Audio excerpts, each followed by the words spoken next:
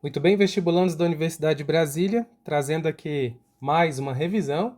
Na verdade, iniciando aqui a revisão do PAS 1, né, com os assuntos mais relevantes, mas lembrando que essa revisão ela serve para o vestibular da UNB também. Então aqui é 2 em 1, uma aula de revisão 2 em 1.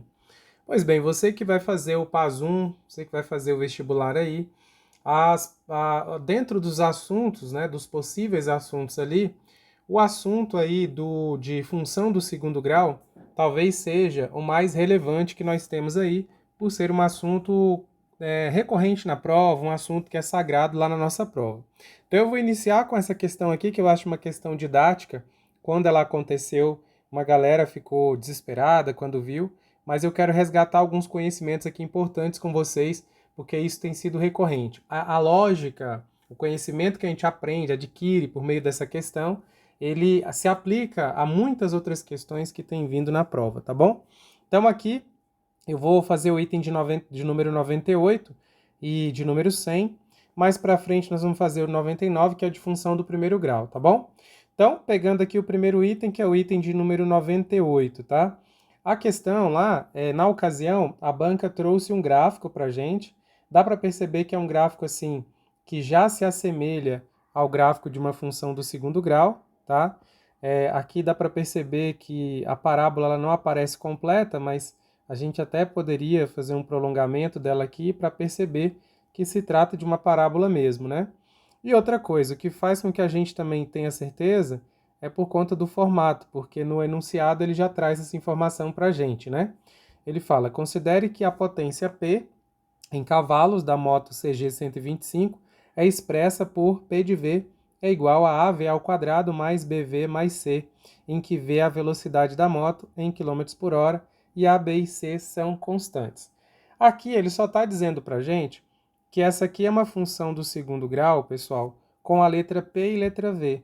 Tá? Isso que ele está chamando aqui de P de V é a mesma coisa do que a gente costuma utilizar como sendo f de x igual a ax ao quadrado mais bx mais c. Então está muito claro para a gente que aonde tem o v seria o x que a gente está acostumado, e aonde tem o p seria o f, a função, ou então o y que a gente está acostumado, tá bom? Então isso aqui seria importante o candidato entender, porque muitas vezes a gente está acostumado a resolver exercício com x e y, e quando a banca troca a letra bate aquele desespero. Então, sempre tente associar, sempre tente resgatar ali dentro do que você sabe, do que você se lembra, tá bom? Então, beleza. Aí ele vai falar assim pra gente, ó, que essa função ela vai representar esse gráfico, que é o gráfico que vai mostrar, na verdade, a potência da moto, né? A gente percebe aqui, ó, que o gráfico aqui nas colunas, ele traz pra gente a velocidade da moto, aqui no caso, como se fosse aqui o eixo X, né? E ele traz aqui a potência da moto, com a medida em que ela adquire a velocidade, né? Ela vai adquirir uma potência ali, chegando a um limite, depois caindo, né? Dá para perceber que aqui começa a cair. Então essa velocidade ela vai ter um pico ali na potência, né? A potência, você vai chegar a uma potência máxima e depois essa potência vai se reduzindo juntamente aqui, mesmo com a velocidade aumentando, né? Aí o que que nós temos? Olha só, aqui então é o gráfico como se fosse o eixo Y, é a potência em cavalos, tá? Então a numeração ela aqui ela está bem distinta. E aí a gente fala, ó, a gente volta aqui para o item, ele fala: com base nessas informações e na figura acima, que apresenta o gráfico de P, né, da função P, da potência, né, faça o que se pede nos itens e tudo mais. Item de número 98, ele fala bem assim: se a potência máxima é 11,6 cavalos, né, se a potência máxima de 11,6 cavalos é atingida a 110 km por hora, então aqui ele está afirmando isso, aí então ele está concluindo, então B vai ser igual a 220A. Então ele quer que a gente conclua isso aqui com base nessas hipóteses que ele deu. Então ele deu aqui duas informações para a gente, a partir delas, constatar essa informação final que ele deu, tá? Então eu tenho que partir dessa informação de que a potência máxima, né, de que se o P ocorre em 11,6, e aí isso vai ser atingido quando a velocidade é 110, Aí ele está dizendo que quando isso aqui acontece, então a gente vai ter essa relação entre A e B. Pessoal, função do segundo grau, se aparece aqui o x quadrado, se aparece o v quadrado, se aparece aqui que você percebe que é uma função quadrática, na hora você já tem que lembrar dos assuntos de máximos e mínimos, tá? A gente precisa relembrar aqui que a minha função do segundo grau, ela tem um gráfico que a concavidade pode ser para baixo, tá? Isso aqui quando o A é negativo, ou seja, quando o termo que acompanha o expoente 2 ele é negativo, ou pode ter a concavidade voltada para cima, quando esse A é positivo, tá? E aí, quando esse gráfico está com a concavidade para baixo, eu vou ter aqui um mínimo, tá? Esse gráfico aqui ele vai ter um mínimo, tá? O mínimo que ele vai é aqui, mas o máximo não tem, certo? Agora, aqui do lado de cá é o contrário, ó. O mínimo não tem, mas o máximo que ele vai, que ele alcança, o máximo de altura ali que ele vai, eu tenho, tá? Esse máximo vai ser nesse ponto aqui, que é o vértice, tá? E esse vértice, tanto faz o máximo quanto faz aqui o mínimo, a fórmula é a mesma. A única diferença é meio conceitual, é por conta do formato do gráfico, se ele está para cima ou para baixo, mas a fórmula é a mesma. A fórmula do vértice ela vai ser dada pelo x vértice e o y do vértice. Essas são as coordenadas desse ponto aqui que a gente tem, esse ponto especial. Então, quando você pegar um exercício de função quadrática em que ela mencionar algo falando do maior lucro, maior altura, altura máxima, menor valor, valor mais baixo, mínimo, ela vai estar falando sempre do vértice, ou então eu vou usar o vértice em algum momento. E aí nós temos as formulazinhas, né? O x do vértice, eu calculo pegando, né, o menos b, né? Eu pego aqui e calculo, ó, o menos b sobre 2a, beleza? E o y do vértice eu calculo pegando menos delta dividindo por 4 vezes a.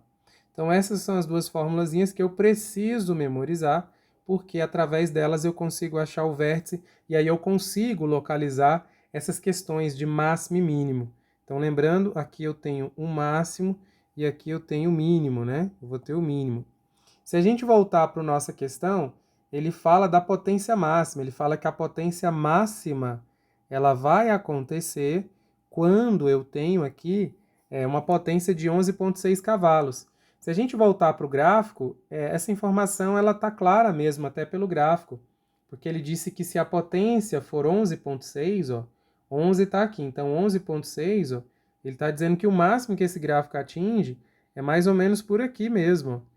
Ele está dizendo que o 11,6, ó, quando eu chego aqui no 11,6, eu vou estar bem nesse pico desse gráfico, né? Eu vou estar bem nessa barriguinha desse gráfico aqui. Com isso, pessoal, claramente eu já percebo que esse gráfico é um gráfico em que o A é menor que zero, porque esse gráfico está com a concavidade voltada para baixo, tá? Então, já dá para perceber pelo formato, né? E aí, o que mais que eu tenho? Ele está dizendo que aqui o valor da potência é 11,6, aqui é 11,6, e isso ocorre com uma velocidade de 110. A gente consegue perceber isso aqui mesmo, ó. Olha aqui, a velocidade aqui, 110. Então, esse cara aqui é o vértice, tá? Esse camarada é o vértice. Então, eu já na hora, por essa informação em verde que ele está me dando, eu já tenho que pegar e lembrar das fórmulas. Eu já tenho que pegar aqui e lembrar quem que é o x-vértice. Ah, o x-vértice é menos b dividido por 2a. Quem que é o y-vértice? Ah, o y-vértice é menos delta dividido por 4 vezes a. Certo? E aí eu tenho que olhar a conclusão. Ele quer que dessa informação em verde eu conclua essa informação em amarelo. Perceba que essa informação aqui em amarelo, ela é uma relação entre A e B. Se há uma relação entre A e B, eu vou olhar para as minhas duas fórmulas e verificar qual delas eu tenho uma relação entre A e B, que seja mais simples, tá? Se a gente for observar, A e B eu tenho aqui, ó. Eu tenho bem no x-vértice uma relação entre A e B, tá? Elas aparecem aqui, o A e o B aparecem explicitamente aqui, tá bom? Aqui vai ter dentro do delta, o B vai aparecer dentro do delta, porque aqui é b ao quadrado menos 4ac, mas ele está meio escondido aqui, né? É uma expressão maior. Mas se já aparece aqui numa expressão simples, uma relação entre A e B, significa que de repente é interessante eu trabalhar com essa expressão aqui. Já que ela está mais simples, eu consigo de repente chegar nessa informação em amarelo ou tentar aproximar dela aqui, tá bom? Então eu vou usar o x-vértice, beleza?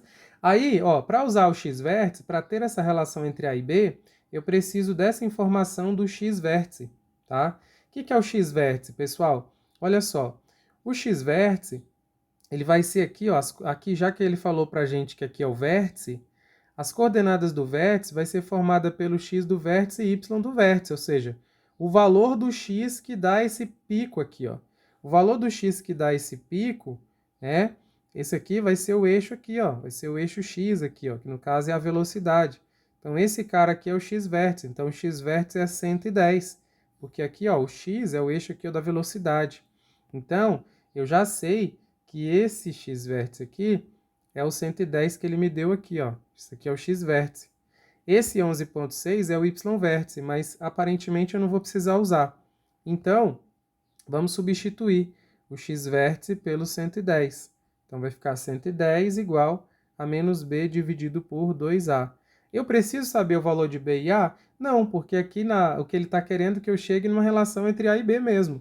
Então, eu não preciso me esforçar para descobrir quem é. Eu quero chegar numa relação entre a e b. E ao substituir o x-vértice, realmente só sobra a e b. Então, eu consigo fazer essa comparação entre a e b. Aí aqui eu tenho uma fração à direita. Do lado esquerdo eu não tenho nada, posso colocar 1, porque aqui é uma fração, e posso fazer o seguinte, posso multiplicar cruzado, para tentar ver aonde eu consigo chegar. Então aqui, ó, 1 vezes menos b, isso aqui vai dar menos b. Aí do outro lado eu tenho aqui 2a vezes 110. 2 vezes 110 dá 220. 220 vezes a vai dar 220a, beleza? Aí eu cheguei numa relação entre a e b. Só que veja que o b está positivo, então eu vou deixar do mesmo jeitinho.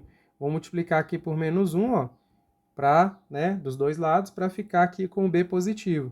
Então o b aqui, eu multiplico por menos 1, o b fica positivo. Só que esse b, né, estava negativo, com negativo aqui fica positivo. Só que o 220a estava positivo, ele vai ficar negativo quando eu multiplico por menos 1, tá certo? Então aqui eu vou chegar que a minha relação entre A e B, ela é uma relação em que o B vale menos 220A. Essa é a relação que eu cheguei. E aí agora eu comparo isso com o que o exercício me deu. Olha só, compare aqui os dois quadrinhos em amarelo. O que o exercício me deu está falando que o B é igual a 220A. E eu cheguei que o B é igual a menos 220A. Então, a gente consegue concluir daqui que está errado, né?